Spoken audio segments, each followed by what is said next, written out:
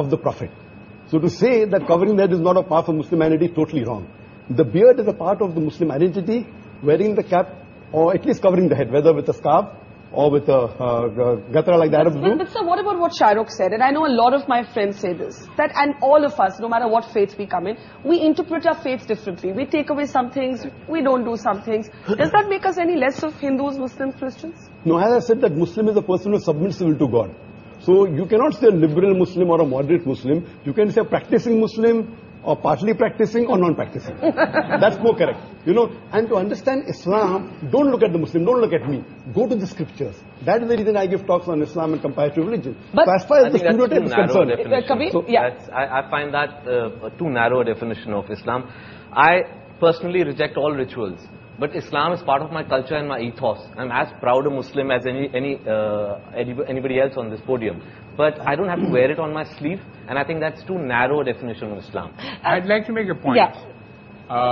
They talked about people being stereotyped because of the beard and the cap and the hijab.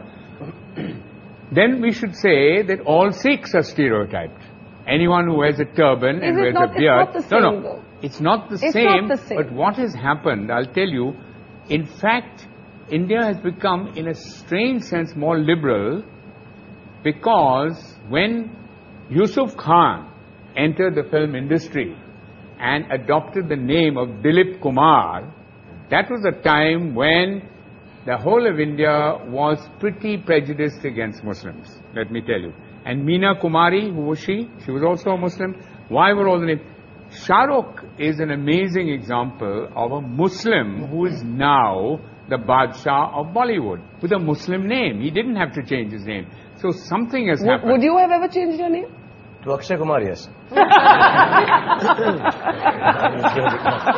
I would never change my name. Now the reverse is happening, Barkha. I know of boys who come from small towns, want to become actors. They change their name to Khan because they think that's the badge of honor. That's the way to go. Barometer of success. No, it's Khan or Kapoor. Sorry, Najib? But Dilip Kumar has now become Allah Rakha Rahman. Yeah. So that's the change. But now he's no longer a star. Yeah, Shahrukh, you want to make a point, and then Soha and Madani. Yeah, I just want to say one thing. That, you know, I just want to know very clearly, and I'm a Muslim, and I want to know: is it more important for me to look Muslim, and see Muslim, or to feel Muslim?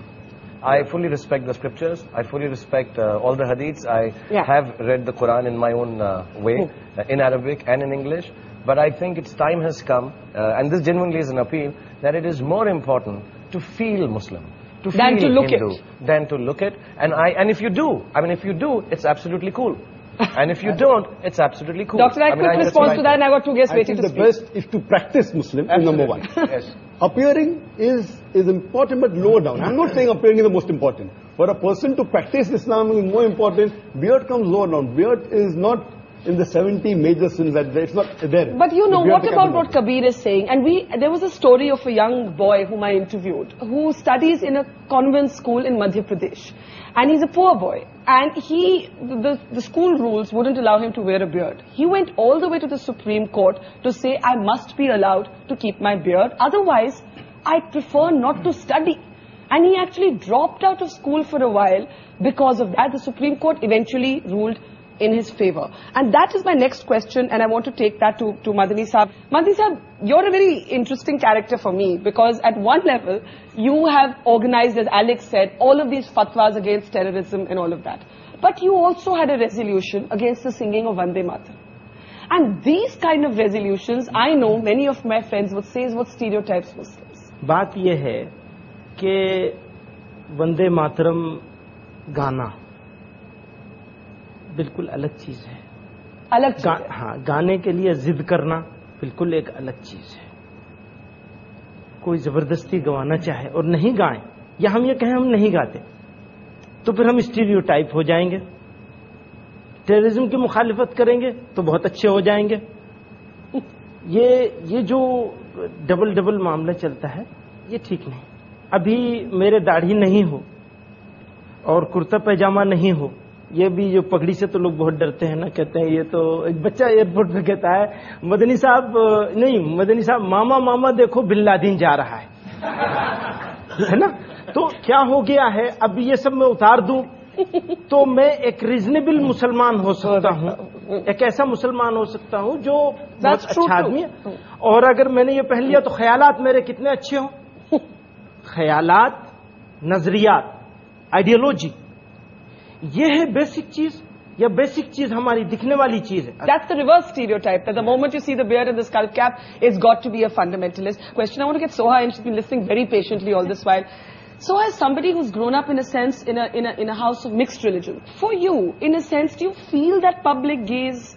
Do you feel, you know, many people have questioned my labeling of or my looking for the moderate Muslim.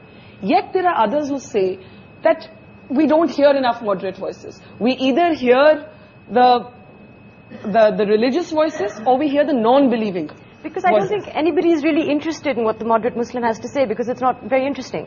It's sort of boring. We're represented by extremists who have violent opinions, perhaps. I'm talking about vandals. And I think maybe also more recently, I was asking my mother when I was asked to come on this show. I said, in your time when you married my father and you had an interreligious marriage, which presumably at that time, 40 years ago, was more controversial than it is today. Were you ever asked to defend your identity, to defend your choice of religion, what it means to be Hindu or Muslim, the way that we are today? And she said, no, not at all. It was a no-comment issue. You just said no comment and you moved on in life. Over the past, maybe ever since I've been in cinema, certainly, it's an issue. And there is, people do ask me, do you feel aggravated by what is happening as a Muslim? Do you feel the need to stand up for your religion because it is being misrepresented in the media? And I think for me, religion is a very private matter. It's between my maker and me. And it's not something that I would want to discuss in any public forum, even this one. We should be talking about an Indian identity as opposed to a Muslim identity, I think. Okay, I'm going to take that as my cue to take a break. But is it, as I said to Alec earlier, is it that simple? Is there also a sort of denial within the community? Is the secular debate caught up in a certain amount of dishonesty? And there's also the reverse stereotype. We'll take a quick break and then we'll take the questions that I'm sure a lot of people have here that's coming up after the break.